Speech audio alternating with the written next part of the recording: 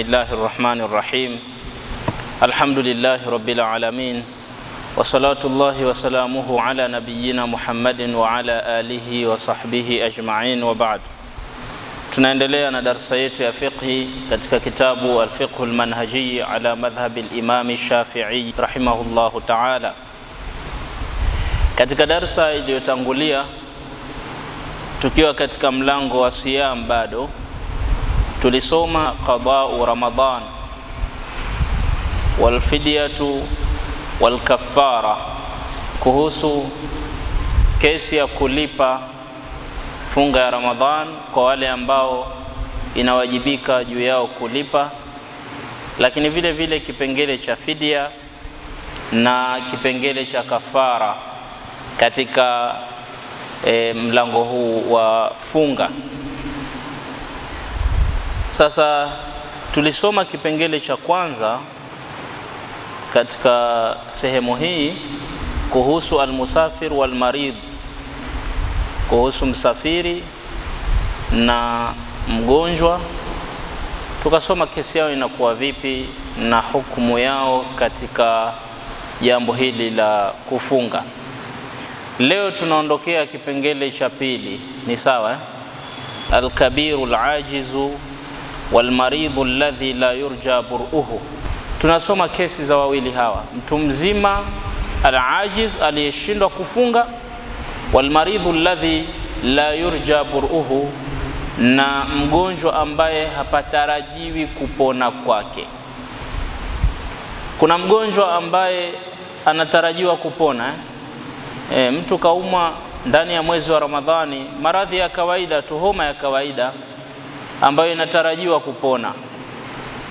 Bila shaka hatuna uhakika sisi wa kupona mtu, maana mtu anaweza kaumwa na kichwa tu kidogo au mafua tu kidogo ikawa ndo sababu ya safari yake ya umauti.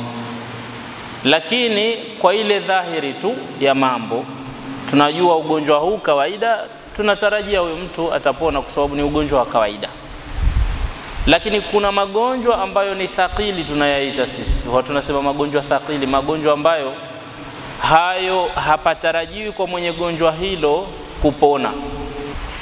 Sasa tulizungumza katika darasa iliyopita kuhusu hukumu ya mgonjwa ambaye panatarajiwa kupona kwake. Tukasema huyu maana yake atafungua siku ambazo ni mgonjwa katika mwezi wa Ramadhani, lakini baada ya mwezi wa Ramadhani atalipa zile alizofungua.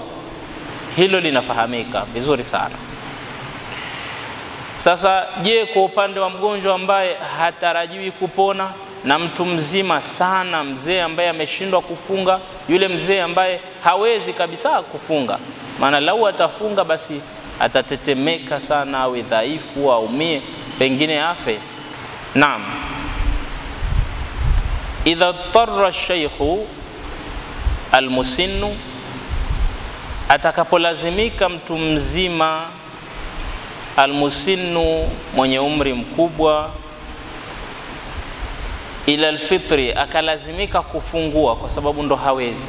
Atakapolazimika mtu mzima sana kufungua, wajaba alaihi, itawajibika juu yake, an yatasaddaqa, atoe sadaka, an kulli yaumin, sadaka hii atoe badala ya kila siku ambayo ameiacha, bimuddi, sadaka yenyewe ni kwa kutoa kibaba, min ghalibi qutil baladi, katika chakula cha mji, cha aghlabu, chakula cha aghlabu cha mji.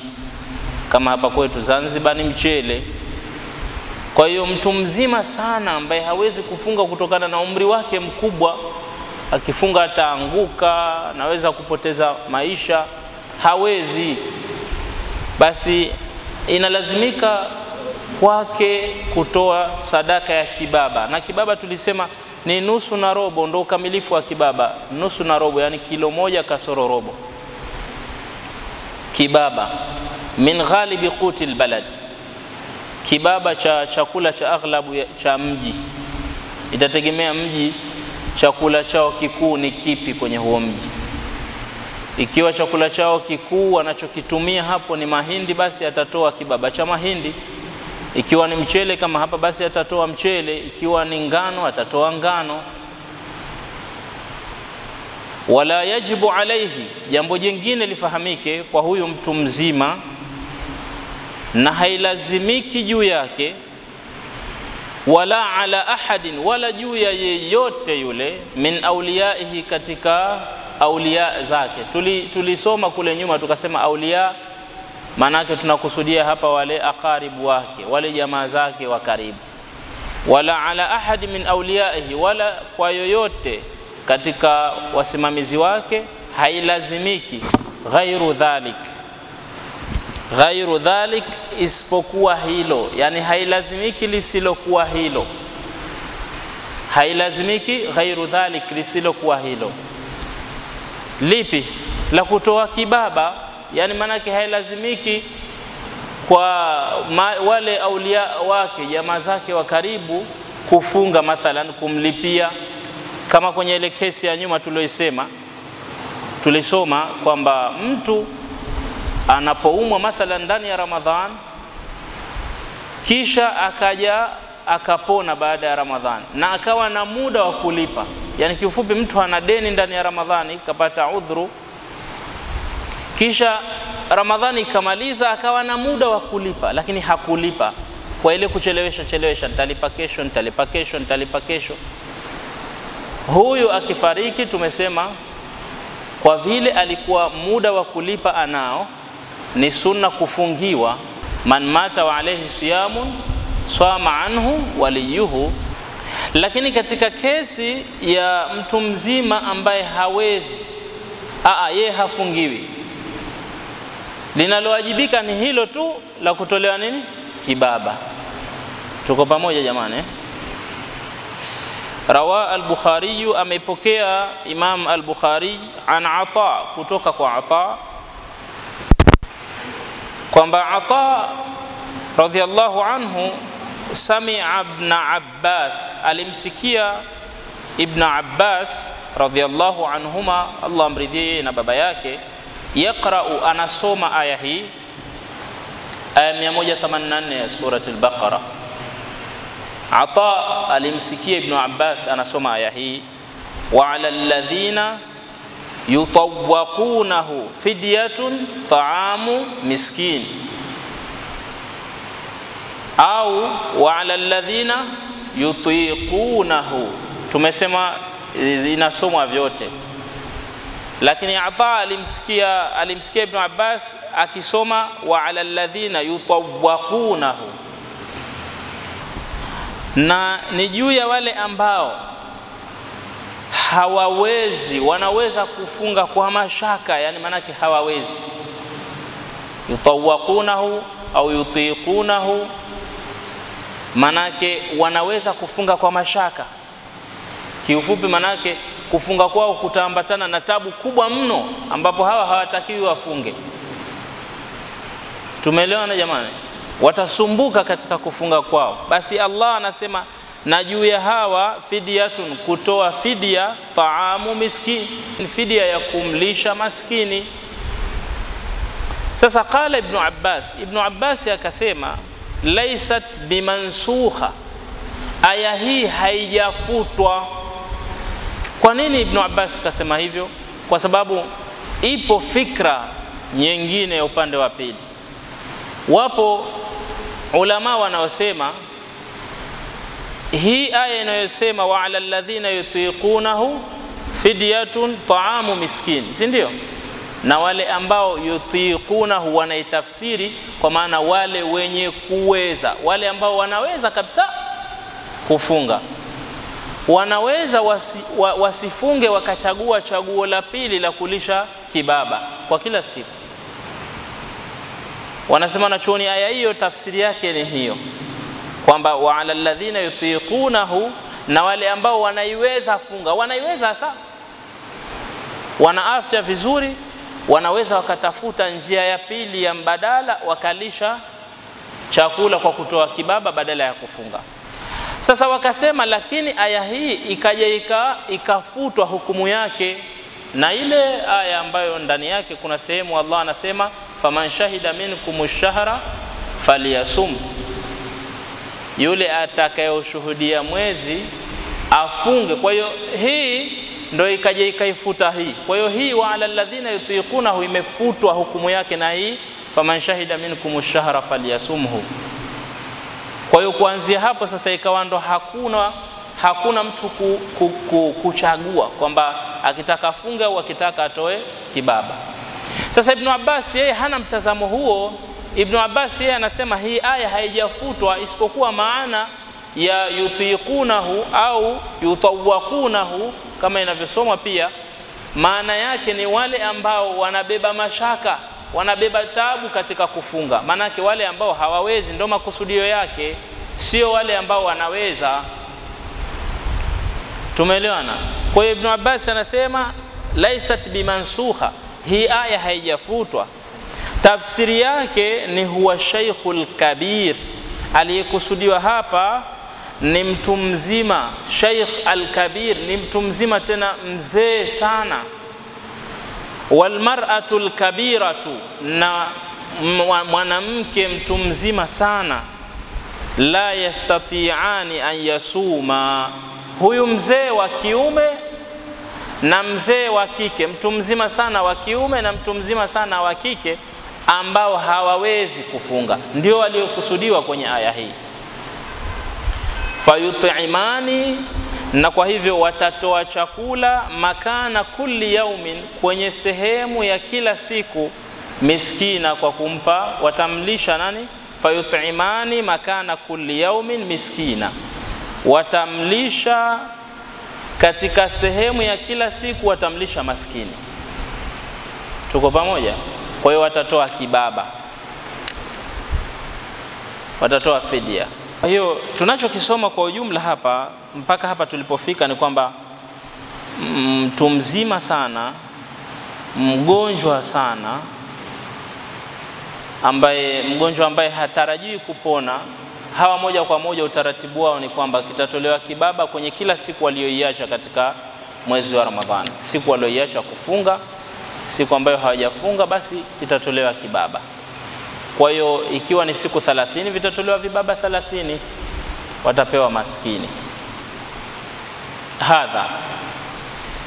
Na kwa haya tuliyosoma ieleweke, wa mimma yajibu, na katika yale ambayo inalazimika, an yu'lama, kujulikana, katika yale ambayo inalazimika kujulikana, anna almaridha, kwamba mgonjwa, alladhi la yurja bur'uhu, ambaye hapatarajiwi kupona kwake, kwamba mgonjwa ambaye hapatarajiwi kupona kwake, hukmuhu, hukumu yake, hukmul musinni, ni hukumu ya mzee, alladhi, ambaye la yaqdiru ala sawmi, hawezi kufunga.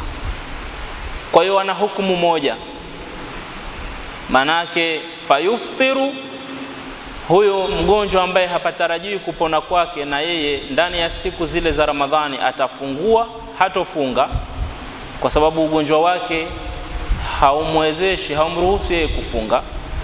Wayatasaddaqu, na atatoa sadaka, an kulli yaumin, kwenye kila siku ile ambayo ameacha, bimuddi, atatoa sadaka ya kibaba, min ghalibi qutil baladi, kwa kile chakula cha aghlabu cha mji, kile chakula kikuu cha mji huo.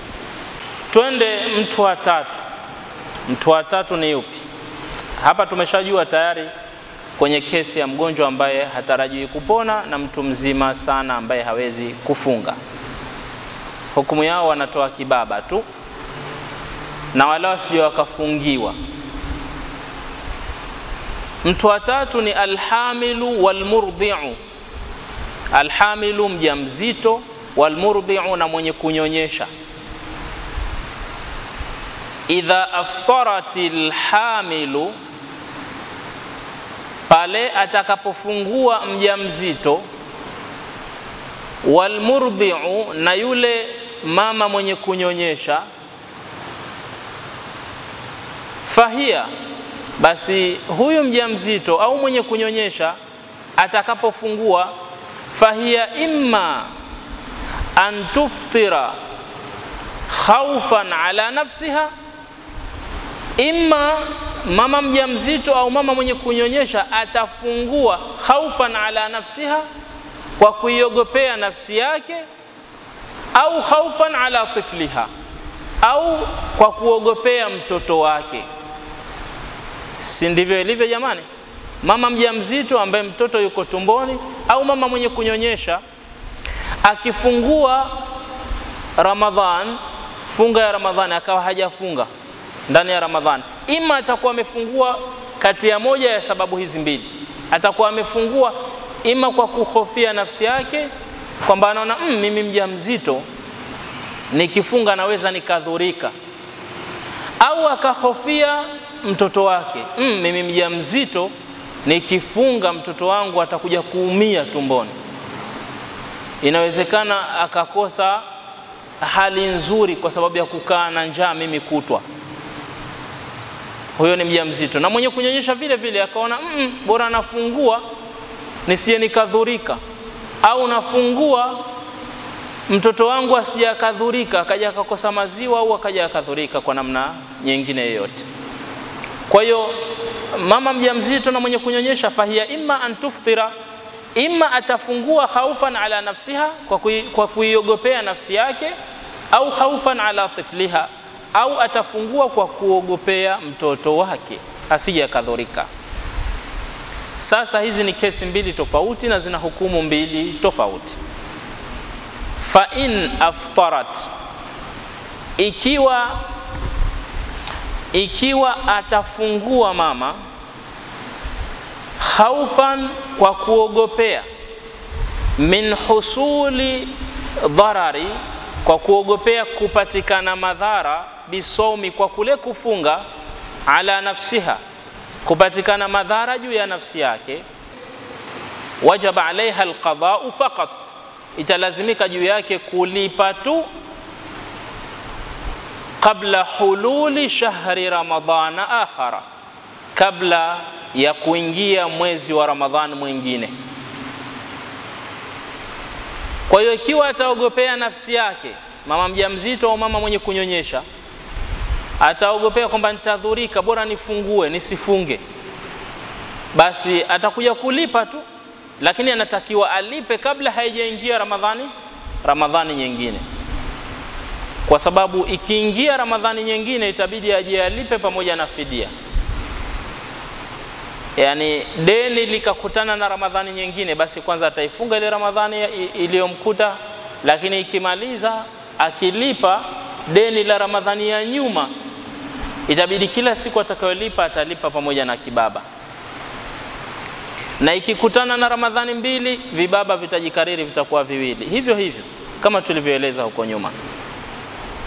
Ushahidi wa hilo, rawa Tirmidhi, amepokea Imamu Tirmidhi hadithi wa Abu Daud na Imam Abu Daud wa ghairuhuma, na wasiokuwa hao wengineo, an Anas al-Ka'bi, kutoka kwa Anas al-Ka'bi radhiyallahu anhu, an Rasulillahi sallallahu alayhi wasallam, kutoka kwa Mtume sallallahu alayhi wasallam, qala, alisema Mtume alisema, inna Allah ta'ala, hakika Allah mtukufu, wadaa anil musafiri, kaondosha kwa msafiri, as-sawma, funga, kwa maana kampa msafiri ruhusa, ofa, akitaka msafiri anafungua, akitaka atafunga. Na tulieleza nyuma, haijalishi safari itakuwa na uzito au itakuwa na wepesi, haijalishi hilo, kwa maana hapa zingatiwi safari hiyo ni nyepesi au nzito, hapa zingatiwi. Muhimu ni safari mtu ameutoka mji wake tayari, au safari ambayo imeshatimia yale masafa tulioyasema. Tumeelewana? Maili 48. Akishafikia masafa hayo, basi anaruhusa mtu ya kufungua, hata kama ameenda kwa ndege, ameenda kwa treni. Sasa Mtume anasema Allah subhanahu wa ta'ala ameondosha kwa msafiri funga, kwa maana ule wajibu wa kufunga ameuondosha. Wa shatra sala, na nusu ya sala ameiondosha wajibu wake, kwa sababu msafiri anaruhusiwa kufanya nini? Kupunguza sala, na ameruhusiwa kuzikusanya. Kwa hiyo Allah amemruhusu, ameondosha ule wajibu wa kufunga kwa msafiri, na vile vile nusu ya sala ameondosha wajibu wake. Kwa hiyo akitaka mwenyewe msafiri atakamilisha, lakini ule wajibu wa kukamilisha haupo kwake. Lakini Mtume akaendelea akasema, wa anil hamili, na mjamzito vile vile, awil murdhi, au mwenye kunyonyesha, as-sauma, ameondosha wajibu wa funga. Kwa hiyo hii ni hadithi inayotolea dalili kuwa mwenye kunyonyesha au mjamzito anaweza kuacha kufunga, akala badala ya kufunga ndani ya mchana wa Ramadhani. Tafsiri ya hadithi hii ni kwamba khaffafa, kapunguza Allah. Mtume alimaanisha kwamba kapunguza Allah, khaffafa bitaksiri sala, khaffafa kawepesisha, bitaksiri sala, kwa kupunguza swala, warakhasa, na akaruhusu fil fitri, akaruhusu katika kufungua, ma'al qadai, lakini pamoja na nini? Pamoja na kulipa. Kwa hiyo akaruhusu kwa msafiri afungue lakini alipe, na kwenye sala anaweza kupunguza nusu ya sala lakini wala hajilipa. Nadhani tuko pamoja kwenye kipengele hiki. Sasa upande wa pili sasa wa jambo hili la mama mjamzito na mwenye kunyonyesha, upande wa pili ni huu: wa in aftarat khawfan ala tifliha, na ikiwa amefungua mama mjamzito au mama mwenye kunyonyesha kwa kuogopea mtoto wake, wadhalika, na hilo labda ikawa bi antakhafa alhamilu, kwa kule kuogopea mjamzito, min isqatihi, kudondoka ile mimba yake, ule ujauzito wake, insamat, ikiwa atafunga, akaogopea hivyo akasema nikifunga inaweza hii mimba ikadondoka, yani mtoto akatoka bila ya siku zake kufika, mtoto wangu akafariki. Au takhafa, au akaogopea almurdhi'u, yule mwenye kunyonyesha, an yaqilla labanuha, kuchachika maziwa yake, kwamba maziwa yake yatakuwa ni machache, fayahlika alwaladu, itakuwa ndo sababu ya mtoto kufa, insamat, ikiwa atafunga. Ikiwa mama mjamzito au mama mwenye kunyonyesha atahofia haya, ambapo hapa sasa anahofia kwa mtoto, yeye mwenyewe hajihofii, anahofia kwa mtoto, wajaba alaiha, italazimika juu yake huyo mama, walhalatu hadhihi, na hali hii ya kumhofia mtoto italazimika juu yake, alqada'u, kulipa, watasadduqu, na kutoa sadaka, bimuddi, kwa kibaba, min ghalibi qutil baladi, katika chakula cha aghlabu cha mji, an kulli yaumi, kila siku aliyoiacha, an kulli yaumi aftarathu, kwenye kila siku aliyoifungua. Kila siku aliyoifungua atailipa, lakini pamoja na kibaba, ikiwa atahofia kudhurika kwa mtoto wake. Tuko pamoja? Kwa hiyo mama mjamzito au mama mwenye kunyonyesha akijihofia yeye mwenyewe kudhurika, atakuja kulipa bila ya kutoa kibaba. Lakini akihofia mtoto wake, basi atakuja kulipa pamoja na nini? Pamoja na fidia ya kibaba kwenye kila siku aliyoifungua.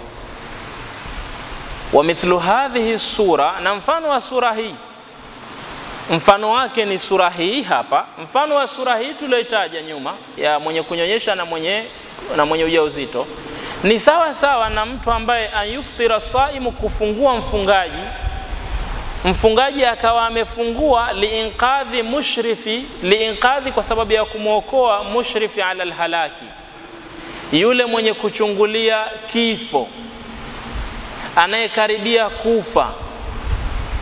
Basi kesi yake mtu huyu, yule muokoaji, yule anayemuokoa mtu ambaye anakurubia kufa, akafungua kwa sababu ya huo uokozi. Mfano mzuri, ikawa umemkuta mtu yuko kwenye janga, yuko kwenye hali ya kuumia, anakaribia kufa, ikawa wewe unataka kumuokoa yule mtu na umekusudia kumuokoa, lakini ukaona kumuokoa kwa huyu mtu itanilazimu mimi ninywe maji mathalan kutokana na joto la sehemu ile, si ndio? Au ni ile chakula kidogo ndo nitapata nguvu ya kwenda kumuokoa. Mathalan kuna mtu kakwama baharini lakini kazuia kitu, ukasema hapa subiri nile kidogo ninywe na maji kwa sababu njaa ni kali sana, bora nifungue, halafu ndo nitaweza kupata nguvu ya kuogelea mpaka kule niweze kumuokoa yule. Kitendo cha wewe kula, kufungua funga hii ya Ramadhan, ukafungua ili umuokoe mtu ambaye anachungulia kifo, wewe utakuja kuilipa hii funga pamoja na fidia, pamoja na kibaba, kwa sababu halipo hili katika zile adhar ambazo zimeruhusiwa mtu kufungua bila ya kulipa. Hili halipo. Tuko pamoja jamani? Ndo hicho ambacho wanakizungumza hapa mashekhe. Fayajibu alaihi, talazimika juu yake, ma'al qadai, pamoja na kulipa ambako kunatakiwa kwake, lakini patalazimika atasadduq, kutoa sadaka, bimuddi taami, kwa kibaba cha chakula. Ushahidi wa hilo au hayo tuliyozungumza, rawa Abu Daud, amepokea hadithi Abu Daud an Ibn Abbas, kutoka kwa Ibn Abbas radhiyallahu anhuma qal, amesema Ibn Abbas, wa ala alladhina yutiqunahu fidyatun ta'amu miskin, kuhusu aya hii au ambayo inasomwa yutawaquna kama tulivyosema, lakini mashuhuri ni hii wa ala alladhina yutiqunahu, ndo tuliozoea kuisoma. Na juu ya wale ambao hawawezi kufunga, wanapata mashaka kuifunga funga ya Ramadhan, fidyatun ta'amu miskin, inalazimu kulipa fidia ya kumlisha maskini. Qala Ibn Abbas akasema, kanat rukhsatun, ruhusa hii ilikuwa li shaykhi al-kabiri, kwa mtu mzima mwanamume aliyemzee sana, wal mar'ati al-kabirati, na mwanamke ambaye ni mzee sana, wa huma, na wawili hao, yutiqani, wanaweza pamoja na mashaka, au hawawezi kufunga isipokuwa kwa mashaka makubwa. Wa huma yutiqani saum, hawawezi kufunga, na wawili hao, wa huma, na wawili hao, yutiqani saum, hawawezi kufunga isipokuwa kwa mashaka. An yuftira, wana ruhusa ya kufungua, wa yut'imana, kutoa chakula, kumlisha kila yaumi, kila siku, miskinan, maskini. Walhubla walmurdi'u, anasema Ibn Abbas, na mjamzito na mwenye kunyonyesha, idha khafata, pale wanapoogopea, yani ala auladihima, anakusudia wanapoogopea watoto wao. Ibn Abbas anasema aftarata, watafungua, wa at'amata, na watalisha chakula, kumlisha maskini kila siku kibaba kimoja. Kwa hiyo ushahidi ni huu ufafanuzi wa Ibn Abbas, ushahidi juu ya lile kwamba akihofia mjamzito au mnyonyeshaji, akihofia kwa mtoto wake, itabidi alipe pamoja na kibaba. Ushahidi ni huu ufafanuzi wa Ibn Abbas katika hii aya, wa ala alladhina yutiqunahu fidyatun ta'amu miskin. Mwishoni mwa maneno yake anasema walhubla walmurdi'u idha khafata, na mwenye ujauzito, mwenye kunyonyesha, wawili hawa watakapohofia, yani ala auladihima, anakusudia watakapohofia watoto wao, aftarata wa at'amata, watafungua lakini na watatoa chakula kumpa maskini kila siku, katika kila siku ile walofungua. Sasa tunaenda kwenye kipengele kingine, kafaratul iftari fi Ramadhan, kafara ya kufungua katika mwezi wa Ramadhan. Kafara sasa ni nini na inamuhusu nani? Mujibul kafara, kwanza tupate kuelewa mujibul kafara ni nini. Mujibul kafara manake lile linalowajibisha kafara. Kafara manake ni jambo ambalo unatakiwa ulifanye ili kufuta kosa fulani ambalo wewe umelitenda katika kesi tunayozungumza hapa. Kwa hiyo mujibul kafara, jambo linalopelekea kafara katika kesi ya kufunga Ramadhani, huwa ifsadu sawmi yaumin min ayami Ramadhan, ni kuiharibu funga ya siku moja katika masiku ya Ramadhani. Bijimai, ukaiharibu funga kwa kuingilia, kumuingilia mkeo. Bisharti, kwa sharti lakini, an yakuna almujami'u, awe yule aliyemuingilia mkewe dhakira, ni mwenye kukumbuka lisaumihi, funga yake. Asije akawa amesahau.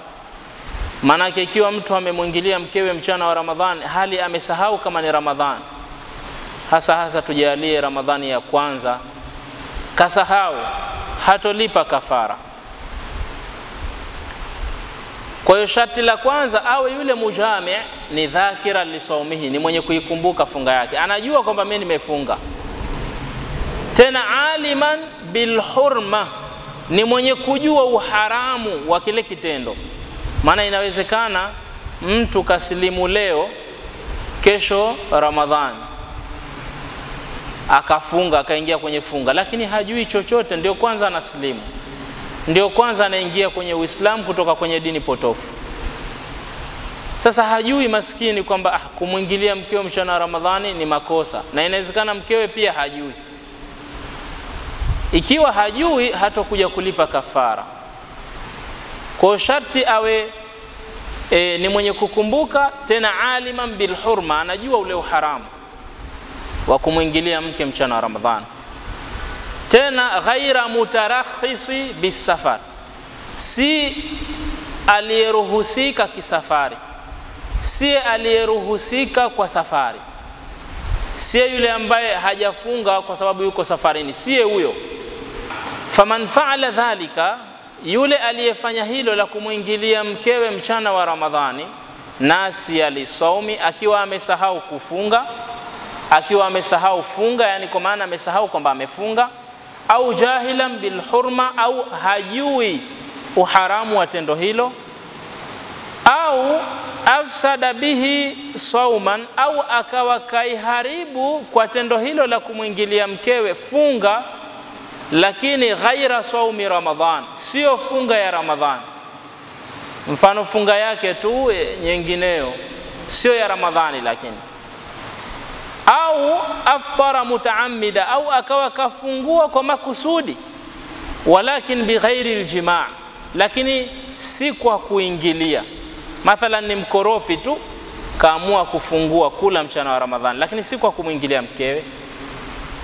Au kana musafiran, au akawa msafiri, safaran, safari ambayo yukhawiluhu, inamruhusu yeye, inampa ofa al-iftar, inamruhusu kufungua. Fajamaa, akamuingilia mkewe, fala kafaratan alayhi, hakuna kafara juu yake huyo mtu. Wa innama, na hakika si vingine, alayhi alqada'u faqat, juu yake itakuwa ni kulipa tu, atalazimika alipe, lakini hatatoa kafara. Kwa hiyo atakayetoa kafara ni yupi? Man tajibu alayhi alkafara, ni nani ambaye tamwajibikia kutoa kafara? Innama, hakika si vingine, tajibu alkafaratu, italazimika kutoa kafara ala zawji almujami', juu ya mume ambaye amemuingilia mkewe. Mume ambaye amemuingilia mkewe hali ya kuwa huyu mume anajua kwamba ni haramu kitendo hiki, tena amekumbuka, anajua kwamba amefunga. Tumeelewana? Kwa hiyo hana udhuru wowote, yuko kwenye funga, akamuingilia mkewe, huyu mume ndo atalazimika kutoa kafara, sio mke. Wala tajibu ala zauja, na haiwajibiki hii kafara juu ya mke. Kwa hiyo mume akimuingilia mkewe mchana wa Ramadhani, mume ndo anayetoa kafara, sio mke.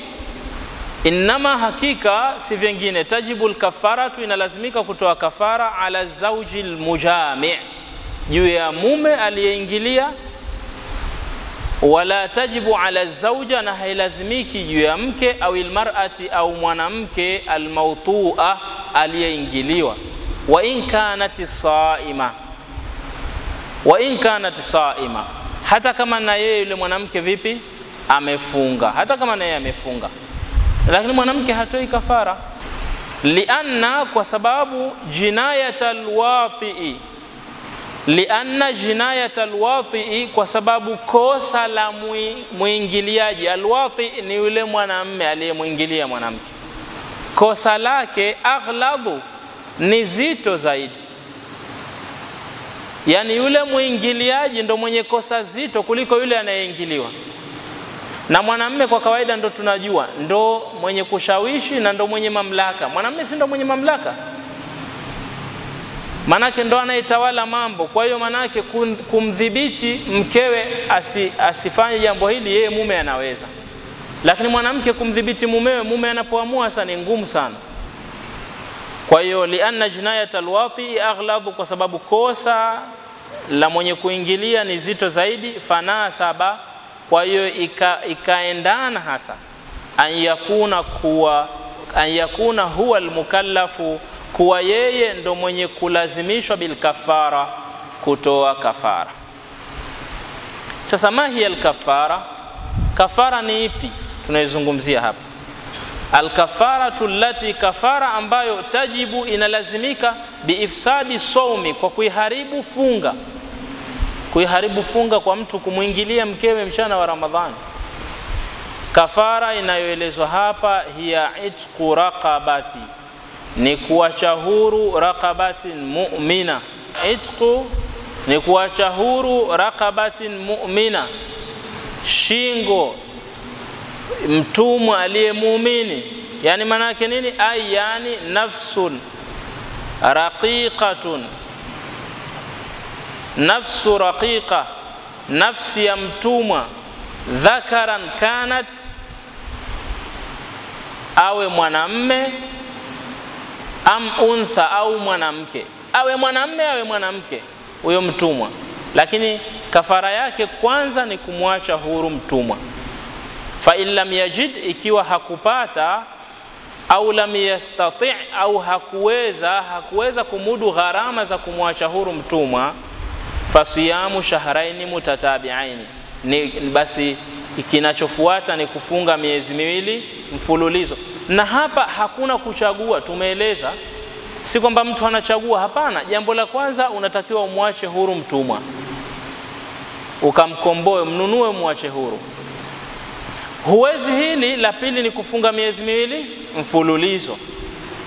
Tena miezi miwili mfululizo, kwa maana ukikatisha katikati ukafungua moja, utaanza tena. Labda iwe kwa udhuru, labda iwe umefungua kwa udhuru, lakini umefungua bila ya udhuru, utaanza tena. Fa in lam yastati' aidha, ikiwa hakuweza vile vile kufunga miezi miwili mfululizo, sio hakuweza kwa sababu ya uvivu na nini, hakuweza kwa sababu hawezi kufunga, labda ana gonjwa zito linalomfanya asiweze kufunga. Ikiwa hakuweza, fa it'amu 60 miskina, itakuwa kafara yake ni kulisha maskini 60. Likulli miskin, kwa kila maskini, muddun, atamlisha kibaba cha chakula, min ghalibi qutil baladi, katika chakula cha aghlabu cha mji, chakula kikuu cha mji ambao anaishi. Tuko pamoja? Fa in ajaza anil kulli, akishindwa yote, thabatatil kafaratu, kafara itathibiti fi dhimmatihi, katika dhima yake. Manake kafara itathibiti kwenye nafsi yake, hata yakdira, mpaka atakapoweza, ala khaslatin, atakapoweza juu ya jambo moja, minha, katika hayo. Kwa hiyo kafara haitoondoka, itathibiti, itabaki pale pale mpaka atakapoweza. Asije akasema ndo siwezi. Akiwa hai huyu, siku yoyote atakayokuja kuweza atailipa hii kafara. Wa dalilu dhalika, na dalili ya hilo, ma rawahu al-Bukhari, ni hadithi ambayo ameipokea Imam al-Bukhari wa Muslim, na Imam Muslim wa ghairuhuma, na wengineo wasiokuwa hawa. An Abi Hurairah radhiyallahu anhu qala, kutoka kwa Abu Hurairah Allah amridhie, alisema bainama nahnu, kuna wakati sisi julusun inda nabii, tumekaa mbele ya mtume sallallahu alayhi wasallam, idh ghafla jaahu rajulun, kuna mtu mmoja alimjia mtume, faqala, yule mtu akasema, ya Rasulullah, ewe mtume wa Allah, halaktu, nimeangamia mimi. Qala, mtume akasema kumuuliza yule mtu, ma laka, una nini? Kuna jambo gani limekupata wewe? Mbona unasema umeangamia? Qala, yule bwana akasema, waqa'tu ala imraati, nimemwingilia mke wangu mimi, wa ana saimun, na mimi nimefunga mchana wa Ramadhani, nimemwingilia mke wangu na nimefunga hadi ya kuwa nakumbuka kwamba nimefunga na najua hili ni kosa. Wa fi riwayatin, na katika riwaya nyingine, wa ana saimun fi Ramadhan, na mimi nimefunga nikiwa ndani ya Ramadhan. Faqala Rasulullah sallallahu alayhi wasallam, mtume sallallahu alayhi wasallam akasema kumwambia yule mtu, hal tajidu raqabatan, utapata mtumwa tu'tiquha, utakemwacha huru? Qala, yule mtu akasema, la, hapana, sina uwezo huo, siwezi, gharama zake siwezi kuzimudu. Qala, mtume akasema, fahal tastati'u, je utaweza, je unaweza, fahal tastati'u, je unaweza, antasuma shahraini mutatabi'aini, kufunga miezi miwili mfululizo? Qala, yule mtu akasema, la, hapana, hilo pia siliwezi. Faqala, mtume akasema, fahal tajidu, je utapata uwezo, it'ama 60 miskina, fahal tajidu, je unapata uwezo, it'ama wa kulisha 60 miskina, maskini 60? Qala, yule mtu akasema, la, hapana. Qala, anasema msimuliaji Abu Huraira, faqala, famakatha an-nabiy sallallahu alayhi wasallam, mtume akakaa muda mdogo, fabaina nahnu ala dhalika, basi wakati sisi tuko katika hali hiyo, utia nabiyu, aliletewa nabii sallallahu alayhi wasallam, bi'araqin, aliletewa mfuko, kapu, fihi tamrun, aliletewa kapu ambalo ndani yake kuna tende. Na araq ni nini? Ni wi'aun, ni mfuko, manake ni mfuko hivi, yunsaju, ambao unafumwa min waraqin nakhli, kutokana na majani ya mtende. Wal araqu, na neno al araqu yani al miktad, ni kapu, ni fuko hivi, kapu lile. Qala, mtume alipoletewa tu, kaletewa kama sadaka ile na mtu mwingine kabisa. Qala, mtume akasema, aina sailu, yule muulizaji aliyeuliza kuhusu hukumu ya yeye kwa sababu amemwingilia mkewe mchana wa Ramadhan, yuko wapi? Aina sailu, yule muulizaji yuko wapi? Faqala, akasema yule muulizaji, ana, mimi hapa. Qala, mtume akasema, khudh hadha, chukua hili kapu la tende, fatasaddaq bihi, utoe sadaka kwa hao maskini 60, iwe ndo kafara yako. Faqala ar-rajul, yule mtu akasema, a'la afqara minni, je kuna aliyefakiri zaidi kuliko mimi ya Rasulullah? A'la afqara minni, je kuna aliyefukara zaidi kuliko mimi ya Rasulullah? Fa wallahi, naapa kwa Allah, ma baina labataiha, hakuna baina ya pembe zake mbili, yuridu alharrataini, anakusudia pande mbili za Madina. Hakuna katika pande zake mbili Madina, imeitwa harrataini kwa maana pande zile ambazo zina mawe meusi. Hakuna baina ya pande zake mbili, yuridu alharrataini, anakusudia pande mbili za Madina. Ahlun, hakuna ahlu baiti, watu wa nyumba, afqaru, walio katika ufakiri zaidi, min ahli baiti, kuliko watu wa nyumba yangu. Nikampe nani tena kama fakiri wa kupewa miendo wa kwanza? Fadhahika an-nabiy, nabii mtume sallallahu alayhi wasallam akacheka, hatta badat, mpaka yakadhihiri aniyabuhu, meno yake. Thumma qala, kisha akasema, aya at'imuhu ahlaka, basi nenda kawalisha watu wako kwenye nyumba yako. Kwa hiyo uwezo wa zile kafara zote hakuwa nao, bali kaletewa kapu la tende akaambwa kalishe kwa maskini. Akasema mimi ndo maskini wao namba moja. Akaambwa basi kale na familia yako, kawalishe familia yako nyumbani. Huyu kafanya kosa na ofa kapata. Sasa nini tunajifunza hapa? Tunajifunza kwamba anayetoa kafara ni mwanamume, sio mwanamke.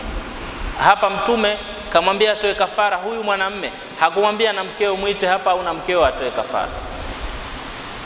Lakini tusikilize ulama wanasemaje kuhusu hadithi hii. Qala alulama, wanasema ulama, wala yajuzu lilfaqiri, haifai kwa fakiri yoyote yule, alladhi ambaye qadara ala al-it'ami, aliyeweza kulisha, kwa maana kutoa ile kafara ya kuwapa maskini 60, haifai sarfu dhalika taami, kukihamisha, kukigeuza hicho chakula, ila iyalihi, akakipeleka kwa watoto wake, kwa familia yake, kwa watu wake wa nyumbani. Haifai. Asije akaiga hapa, asije akasema kuna jamaa kata Mtume alipokuwa kapo na yeye akaambia akawape watu wake, akaja akafanya kosa la kumwingilia mkewe mchana wa Ramadhan, kisha akaja akawa kashindwa na ile kumwacha huru mtumwa, kashindwa pia na kufunga kutokana na hali yake ya kiafya mathalan, kaingia kwenye hii kafara ya kuwalisha maskini 60, akaja akachukua chakula kisha akajipa mwenyewe akawapa watu nyumbani kwake. Ulama wanasema haifai. Wakadhalika, na hivyo hivyo ghairuha min alkafarati, kafara nyinginezo, na vile vile kafara nyinginezo haifai kuzigeuza kazipeleka kwa watu wake. Wama dhukira fil hadithi, na kile kilichotajwa katika hadithi, fa innama, hakika si vingine, huwa khususiyatun lidhalika arrajul, ni khususia, manake ni kesi maalumu ya mtu huyo. Hapa Mtume manake ni kama kampa ofa mtu huyu tu, si kwamba tena ije tafsiriwe kwamba mtu ajilishe mwenyewe. Tumeelewana jamani? Hiyo ndo kauli wanayosema ulama.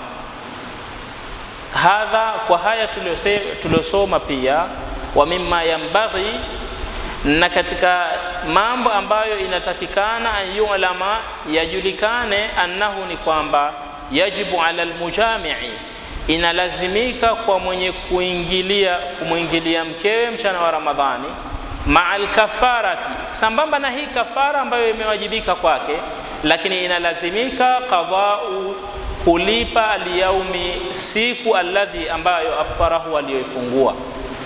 Qada'u al-yaumi, kuilipa ile siku alladhi ambayo aftarahu, aliyoifungua, min Ramadhana, katika mwezi wa Ramadhan, bil jimai, kwa kule kumwingilia mkewe. Wa anna al-kafarata, na itambulikane kwamba kafara tatakarraru, inajikariri, inajirejea, bitakarruri al-ayami, kwa kule kujirejea siku, allati ambazo aftaraha, alizozifungua, bil jimai, kwa kuingilia. Kwa hiyo basi, fa idha jamaa fi yawmaini, akiingilia mtu katika siku mbili, mathalan kaingilia katika Ramadhani ya kwanza mchana akamwingilia mkewe, na Ramadhani labda ya 3 au ya 4 au ya 5, lakini zikawa ni siku mbili tofauti, lazima huu itamlazimu yeye ma'al qada'i, pamoja na kwamba kwanza ailipe hii funga, lakini itamlazimu kafaratan, kafara mbili, kwa sababu kaingilia siku mbili tofauti. Tulieleza katika darasa iliyotangulia, iwapo mtu atamwingilia mkewe mchana wa Ramadhani mara 2 au mara 3, mathalan kamwingilia asubuhi, kamwingilia mchana, kamwingilia na saa 10 jioni, mara 3 au mara 4, itakuwa ni kafara ile moja tu, kwa sababu ndani ya siku moja. Lakini zikiwa ni siku tofauti, na kafara zitakuwa ni tofauti. Kwa hiyo kama ni kesi ya kufunga miezi miwili, atafunga miezi miwili kwenye siku moja, miezi miwili mengine ifuatanayo kwenye siku nyingine. Kwa hiyo wa idha jamaa fi 3, akija akaingilia katika siku ya 3, lazima hu itamlazimu 3 kafarat, kafara 3, wa hakadha, na namna hiyo ndivyo inavyoenda. Kwa hiyo ikiwa siku 4 kafara zitakuwa ngapi? Kafara zitakuwa 4.